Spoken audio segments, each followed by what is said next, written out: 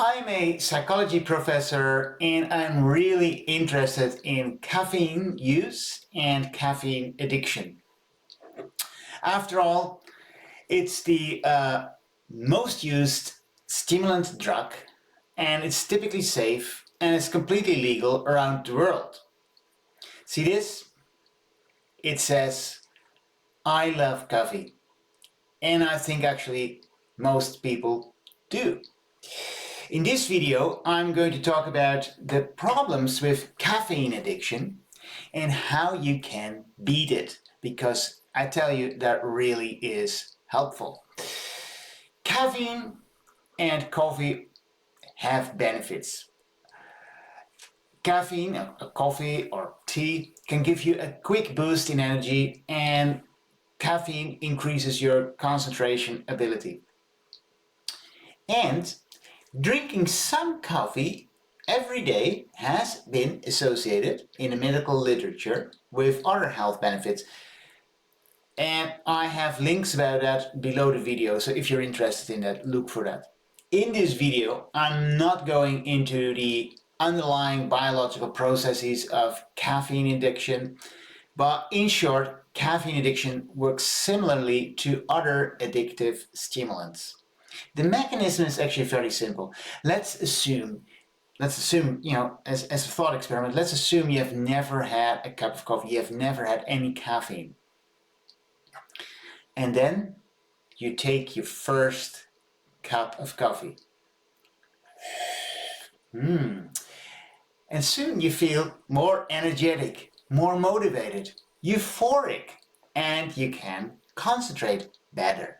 Great. After a while though, the effect stops. You like the effect, of course, very much.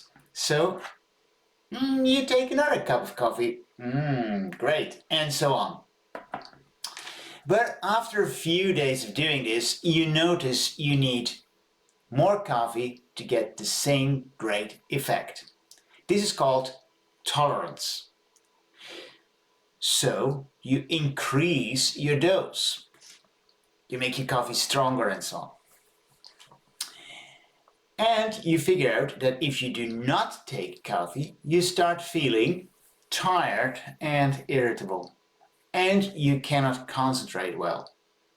This is known as the dreaded withdrawal symptoms. So you need to keep taking coffee just to feel normal. If only you could beat this cycle. Now, I will tell you in this video how to do it. It will take some effort, but actually it's very doable. And by the way, if you like this type of content, please support this channel. Please like and subscribe. It does not cost anything. Did you know actually that caffeine-related disorders are even part of the Diagnostic and Statistical Manual of Mental Disorders, the so-called and the famous DSM-5. There is something called caffeine use disorder. I won't go into that here, but if you're interested, check out the link below the video. I have a website about this, and also I have a test where you can check out how many caffeine use disorder symptoms you have. And you probably want to know this. I guess so, otherwise maybe you wouldn't watch this video. Now anyway, let's go back to beating caffeine addiction. Let me tell you first what the potential main benefits of beating caffeine are. Now, and I assume that you are drinking coffee and that you're maybe somewhat addicted or maybe very addicted. I don't know. Maybe you're not addicted at all, but watch this because you will know other people who are addicted. First of all, one of the benefits is that actually in the morning things are easier. You can get up more easily and you say, actually I feel quite fit. I don't need that cup of coffee first to really wake up. So that's great. So the second benefit is that you sleep better. And that's because you don't have caffeine in your system, so you sleep better. And that's particularly the case if you keep drinking coffee the whole day in order to keep yourself going. Also, caffeine can make you nervous and anxious. And so without the caffeine addiction, you will feel less nervous and less anxious. And the fourth benefit is that you do not have this roller coaster of ups and downs throughout the day. So that's also great. it's just you're sort of like it's more stable. It's a more stable feeling. Now, stopping caffeine can be difficult because caffeine, coffee, and tea, it's everywhere. And it's also in chocolate. It's in some fizzy drinks or soft drinks. It's in some foods. It's in chocolate. And how much depends on the type of chocolate. It depends on the type of coffee, type of soft drink, and so on. But so you always check the small print. Now, if you visit friends, they might ask, do you want a cup of coffee or a cup of tea? They might remember that you used to drink coffee, so even if you try to stop, they still might ask that. So this means that you can only really stop if you really want to stop, if you really have that motivation. And also make sure that you tell your friends and your family about this so that they don't offer you any coffee or tea. Not even decaffeinated coffee and tea, because that can contain caffeine, and it depends on the method that's being used to extract the caffeine from the coffee or the tea. There are different methods. I actually have a great way to overcome caffeine dependence, but you need 3 things for it, and I'm going to tell you what those are. By the way, I should say, if you have a medical condition or if you're pregnant, first talk to your medical team. This is really important. This video is, of course, not at all medical advice, and it does not replace any medical advice, but I have a number of medical links below the video, so if you want to know about that, check those links. And of course, always talk to your doctor if you have a medical condition or if you're pregnant or something like that. But so here's what I think you need if you want to stop. First, well, actually, you need something psychological. You need to have a great deal of motivation and a great deal of self-discipline. Without that, it is, as I said, because caffeine is everywhere, it's almost impossible to stop. That's one. So you really need to want to stop. Now, second, you need to buy some caffeine pills. Buy a few packs. They are key for stopping your addiction. I will explain in a moment that there are different types of pills, so not all the caffeine pills available are actually good. So I will explain it later in the video. And third, the third thing that actually really helps, and that most likely all of you have, is a shower. Now, if you don't have a shower, I mean, you can also do it without a shower, but if you have a shower, it really helps. And I will explain in a moment exactly how. Now, there are actually, in short, there are 4 important points in my solution, and I'm going to work those all out, but I'll also sort of summarize that first, these four points in my solution to beating caffeine addiction.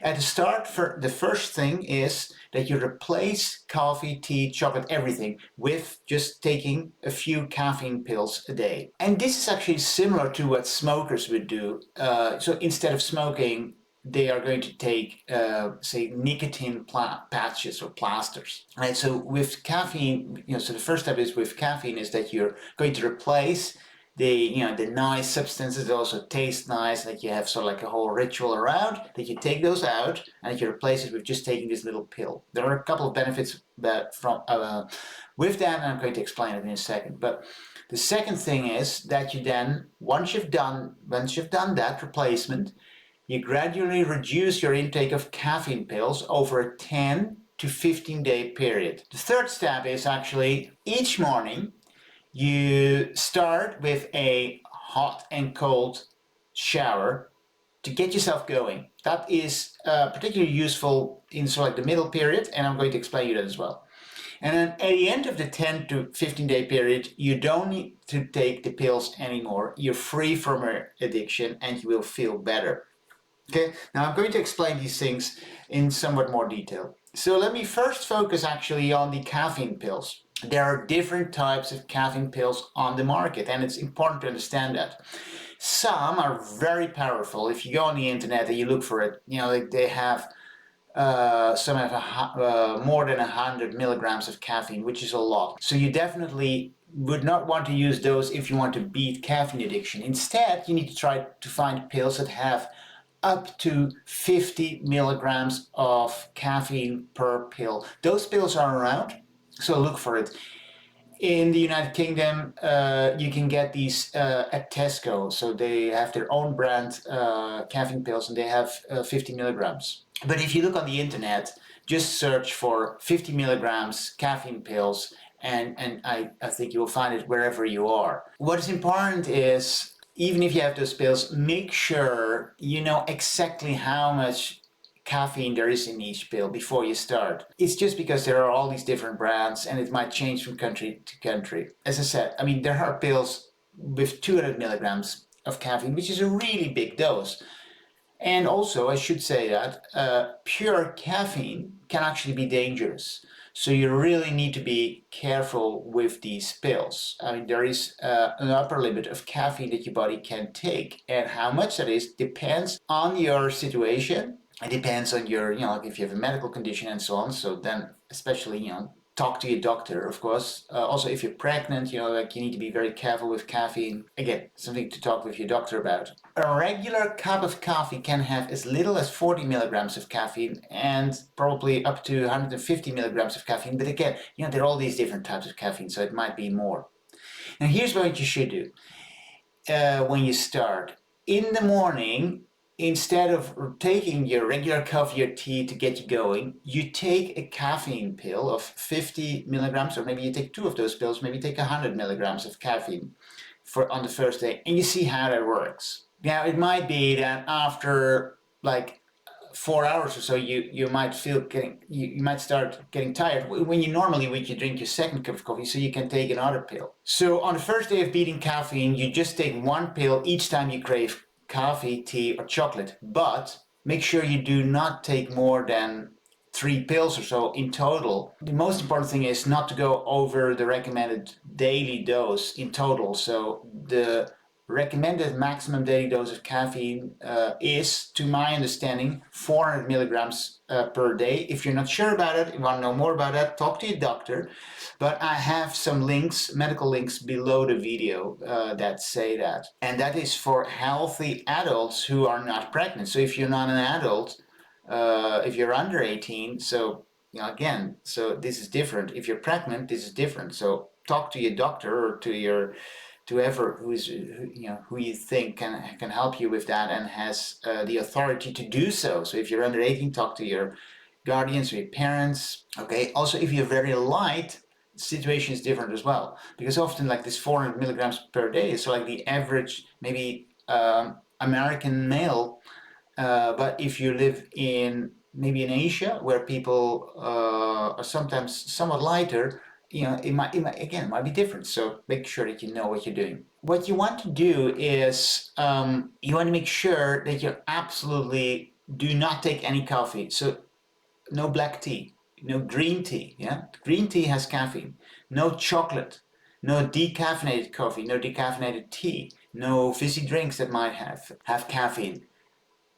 The advantage of taking these pills instead of the originals like the coffee and the tea is that you know how much you take. Keep a logbook of how much you take over the day so that you know roughly how much caffeine you currently need to keep feeling well and normal. Because if you're addicted, right, so without caffeine you wouldn't feel that great. That's the whole idea of an addiction. Now, once you have figured it all out, you have succeeded your first step. And as part of that first step, learn to say no, to all the great coffees and teas out there. And learn to say no to your friends. If they say, oh, do you want a great coffee? Then say no, okay? If you like a hot drink, now, I, for example, do simply drink a caffeine-free herbal tea or something like that. There are lots of them, and they actually taste quite nice. There are traditional ones like chamomile tea or a mint tea, but there are also sort of newer teas where they have mixed different types of herbs that have quite a nice flavor. Personally, I like fresh mint tea, I like chamomile tea, I like peppermint tea. But I mean, of course, that's just a matter of taste. But if you go to a coffee shop with your friends and you still want to join them, just say, well, look, I have a peppermint tea. I have a mint tea. They have it everywhere nowadays. Also important is to stay away from chocolate, because chocolate has caffeine. And how much? Yeah, it depends on the type of chocolate, how it's made, and so on. Like, again, it is difficult to judge. You just don't know. So better just to not take it. Now, I know that's hard because chocolate, like coffee, tastes great. The next step is then to reduce your tablet intake. There are different ways of doing it. Of course, you can say, well, look, I want to take a month and to really gradually decrease this, right? So that's one way. Another way is that you say, I want to do it somewhat quicker. Now, I wouldn't do it too quickly, right? So there are different ways of doing this. If you, for example, reduce your caffeine pill each day by 80%, I think it takes around 10 days. If you would start with sort of like roughly 400 milligrams of caffeine per day, which I think is actually quite a lot already. But so how long it takes depends a little bit, right? So, but reduce it, that you need to figure it out a little bit yourself. There's no standard, and part of the problem is a little bit that the pills, and some of the pills you can break in two. For example, the ones from Tesco in the UK, you can break in two. So then you have 25 milligram pills basically, which is great for, really reducing it. So you might also say, by the way, well, why don't we just go cold turkey? But cold turkey, that means that you stop with everything and then just experience the full withdrawal symptoms. Now, those can keep going for quite some time because your brain needs to adjust to living without caffeine, and that just takes also, I would say it takes a week, 2 weeks to really get over it as well. There are different research articles about that topic, but it takes a while. I personally do not recommend it because you're really suffering, right? The withdrawal symptoms are very unpleasant. It's possible, but I think with the caffeine pills, it's easier. It prevents you from suffering this horrible feeling. Now, with caffeine withdrawal, the mornings can be really difficult. Typically, after a night of sleep, your body has sort of like gotten rid of all the caffeine. So there's no caffeine in your bloodstream anymore, right? So, and then you need to get up. What I recommend is, and that's this third thing that you need to shower, is rather than taking this caffeine pill immediately, which I would never do straight before eating anything anyway, well, I would first go for a shower. A shower is always, I think, a great way for waking up. But what I recommend is, first, have your warm of your hot shower, and then, after a minute or so, put it on a little bit colder, and then go hot again, and then a little bit colder, and then hot again, and then even more colder, until you can go all the way cold, hot, cold, hot. That is actually one way to really wake up. It really stimulates you. Now again, if you have medical conditions, you might not be able to do this, then you need to talk to your doctor, but it's a nice thing, and it is a natural way of sort of like stimulating your body. That is especially necessary in the middle period, once you start reducing your caffeine pills, and of course during those days it's still somewhat tougher. So you need alternative ways to keep yourself going. Go for a walk outside, do things like move your body. That also helps. Once you're over it, you will feel generally more relaxed during the day, and you don't have these up and downs.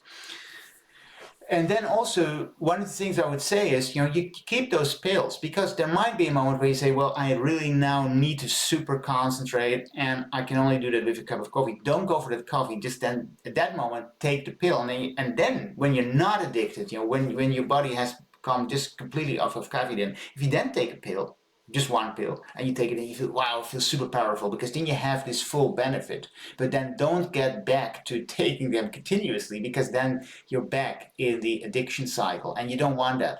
Now, okay, so in summary, beating your caffeine addiction has many advantages, and there are 3 simple steps basically. First, replace your current caffeine intake with caffeine pills. This way, you know exactly how much you take each day, and keep a logbook. And reduce, that's the second point, reduce your caffeine pill intake a little bit each day, and do that until you can stop taking the pills altogether. So try to go complete zero, right? No caffeine at all. And try to do that, being completely off. Also try to do that at least, say, for a week, so that your body can completely adjust to that new situation. And the third thing that I recommend is to take a hot and cold shower in the morning to stimulate your body during this gradual withdrawal, because it's still hard. Even though a gradual withdrawal is much better than a cold turkey, you still need you need the showers to really wake up and feel, oh yeah, I feel good now in the morning. Now, once you've beaten your addiction, you can still take the occasional caffeine pill when you really need it, but be careful, because it's easy to get hooked again. because we all love coffee. But I would try to stay off it because life is better without caffeine. Now, what do you think? Do you have any experience with that? Leave a comment below the video. If you like this type of content, please like and subscribe. Also, as I said, below the video, I have a couple of links. One is about checking how many symptoms of caffeine use disorder you have. I have also a link about the irritability test, so how irritable are you? That's also quite useful. And I have lots of links to medical resources about how much caffeine we should take and where it is in. So I hope that was really helpful. And again, like and subscribe to this channel if you like this type of content. And goodbye for now.